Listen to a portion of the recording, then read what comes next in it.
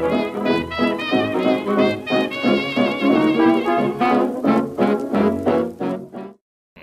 Yeah. So when you say cast of thousands, do you mean each actor plays several roles? Yes. So nobody plays That's one. right. Yeah. And not only that, they play like maybe 2 or 3 major roles, like these two gentlemen here. But they also play ensemble roles. Right. They also play bit parts. They may play a warrior, they may play a denizen, they may play a palace official, a palace guard, Yeah. a reporter. Oh, there are reporters as well. Okay, all right. Although this is, as I said, this is not a story about the past. Yeah. So yeah, they have to do a lot of things, and I mean, I have to say, if I didn't have an amazing cast like this, I wouldn't have been able to pull it off. Right. Yeah, and you know, these 12 people have been they've given the commitment and the energy to the production that is really exemplary. So that's a lot going on in Swordfish Concubine. Yeah. So which part of the process or which character do you guys relate to the most about Swordfish Concubine? That makes you feel, oh, okay, so I can relate to this play. This play is about me, or is it entirely detached from who you are? I think a lot of the characters that Tuan Chai had written, you can relate to a certain degree. Yeah, I mean, there's always the fighter, the one who sees injustice and wants that, resolved, wants that dealt with. The inner part of us who's always on the fence. You disagree, but you don't want to rock the boat until something happens that would, life-changing choice, life-changing event that makes you forces you to make a choice. I mean, there's 2 examples. I mean, within the roles that I play. Yeah, I mean, the generic actor answer is, oh, there's always something relatable in every character for every actor. But I think, I'm calling back to something you mentioned earlier, which is that how sometimes on surface appearances, how straightforward the story can be. And I think there's a certain truth in that with every character because of the style of how we're choosing to execute the play this time around, that some things are very direct, and I think that's something beautiful about theatre is that when characters have very simple actions, or when characters do certain things that are very direct, and when the audience watches it in the theatre, or as an actor when you're performing something that is just so straightforwardly direct, you do find things that echo in your life. And even then, whatever subtext or subconscious thought that you choose to put into it, very often, I find myself on the rehearsal floor realizing that, oh, these delightful little nuggets of subtext and things that I'm enjoying are not necessarily things for the character, but they are things for yourself. So then the navigation then is how much of it do you choose to embody on into the character, how much of it do you choose to embody onto the floor in the scene.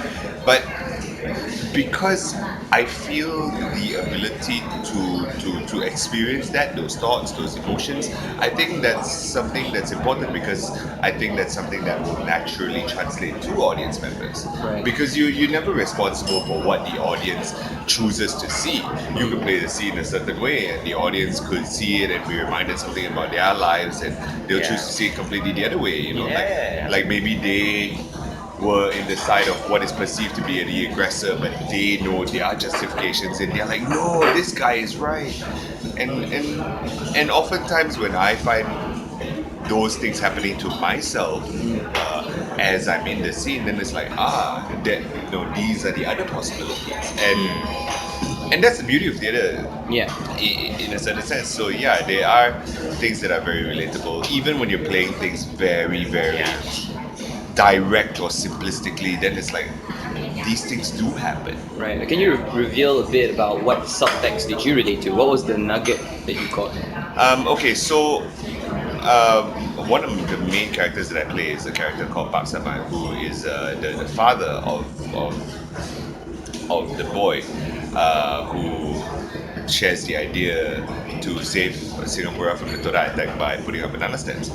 And, and as I was exploring the character, the most obvious choice at first was just to play in a very simplistic fashion, being the generic head of the village kind of character who does not want to rock the boat. And you know, as it's Jamlayu, his son is killed, and so because I made that initial choice, this guy does not want to rock the boat, and then his son is killed, which is a very drastic thing. And how much of that belief system is either shaken or remains unchanged, and how much of that is by choice? You know, when something as drastic as that happens, obviously your world falls apart, your belief systems change, but humans can be very stubborn creatures. Sometimes even in the face of something as drastic as that, those things can be so habitual that injustice, no, must not rock the boat. Wait a minute, my son just got killed, you know. So those shifts can happen within a person. It's not explicitly shown, but then that's the actor's delight. The actor gets to live those conflicts and crises within themselves, whether it's necessary to show them or not. Yeah. What about you, Kahar? Any specific subtext or nugget? Specific subtext or nugget? Well, I guess my mind was on the part of the aspects of the play which took me a while to get connected to. I think a lot of it was the historical aspect. Something as simple as learning, just reconnecting to, like, a simple silat, position, and just like, oh wow, because I have not picked up any martial arts whatsoever, and just going into that, and then the idea of just acknowledging that it's a piece of history, and you're slowly working towards it. Sometimes there's delight in that, like, okay, this is beyond my scope, and I like to get to know further, feed my curiosity. So so you got that, and for me, I've got that as well. Just revisiting Sila, and then I remember I did a really horrendous Purbawara play in 2003. But the benefits of it, other than having a mustache drawn on my face and painted darker just to make me more Malay, that's another story for another time. But was the I want to see that picture. Torches taking notes now. Paint mustache. I know, right? Some of my friends, if they watched it, they'll probably laugh because they witnessed it firsthand. Anyway, so some of the things that I picked up from that was the simple things like the positioning of the grace. Facing inward during peacetime, but if you want to mark threat, or I'm ready to fight, just twisting it around with the hulu, facing outward, it just makes so much difference. And that itself, shifts how you feel about the part and how you deal with things. So for Swordfish plus Concubine, you are beginning to grow your own moustache, I see. No, this is lazy Character work, like no, it's gonna go off. This is the part that might stay. So a lot of people, especially outside the performing arts bubble, like to accuse a lot of political satire or dystopian plays as very urban, Klang Valley, Penang centric. Yeah, dystopian. Penang-centric? Like urban centric. Like everything is just about that bubble. Does Swordfish and Concubine change that perspective, or what do you think of that? Do you think it's true? It's about a kampung, not urban. It's about kampung. Well, I don't know. I think for me, it's not that I set out consciously to satirize things. First, the story appealed to me, and I guess when I first wrote it, the times then were such that they did play a role in some of my decisions, my dramaturgical decisions. Yeah, we're talking about maybe late 90s, early noughties. So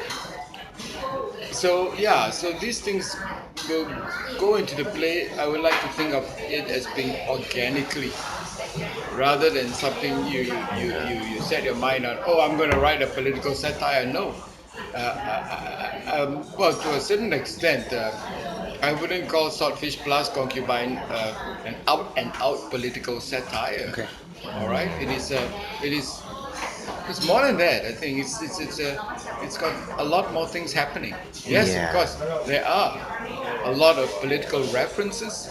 There are, I mean, even one of the central themes of the abuse of power is, political. I grant you that.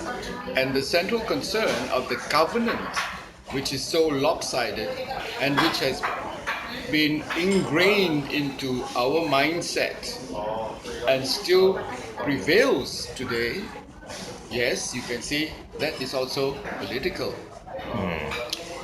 But it's not like, as I said, It's not openly remarking any topic or.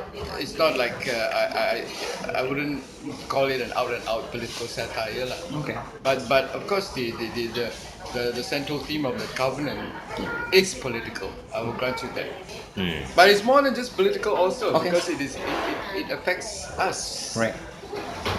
Socio-political maybe, or it's about our life. Okay. It's about our psyche.